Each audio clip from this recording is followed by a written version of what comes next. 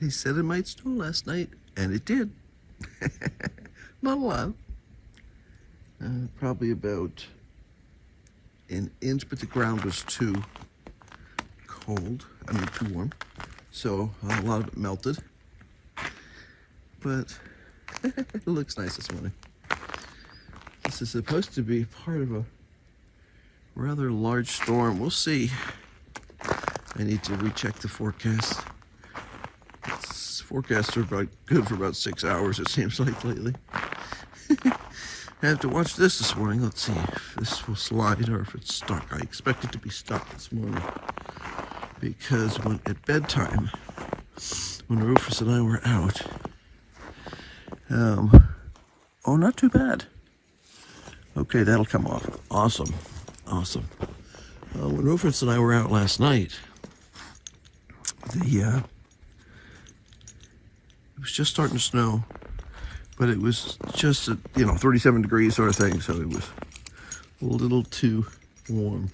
My concern was a lot of times you build up a layer of sort of slush, which then freezes underneath the snow, and then it's messy, and you have to wait until it gets a lot warmer before you can clear off the panels. So I think I will go get the brush and get the panels cleared off right now before they have an urge to freeze in place for some reason. Very bright this morning. Feels like you need sunglasses, but it looks really neat. And I know it'll be gone. I don't even know if it'll last today. I don't know. I think the forecast is supposed to be fairly cold today. It's like 20 something right now. When I was outside, when I was up earlier, it was like, was it 23? 23, yeah, something like that. So yeah, chilly, definitely chilly. I have an extra layer on this morning because I knew it was going to be cold. But it's not that bad because it's not windy. That wind is what gets you in trouble. Much better. One of the advantages to clearing off the snow this early in the morning is that we'll get all the dribs and drabs that you get. Now the sun is not at a good angle right now to give us really good solar, but we'll be getting a huge amount of reflection from the snow on the ground. So especially when we're not sure what the forecast is going to be for the day, or if we have an iffy forecast in terms of how much solar we're going to be able to get, getting it cleared first thing in the morning makes a big difference in terms of how much solar we're able to get. The solar panel doesn't care whether it's reflected sunlight or sunlight straight from the sun. So yeah, this guy will be making juice. Now to go take care of the other ones.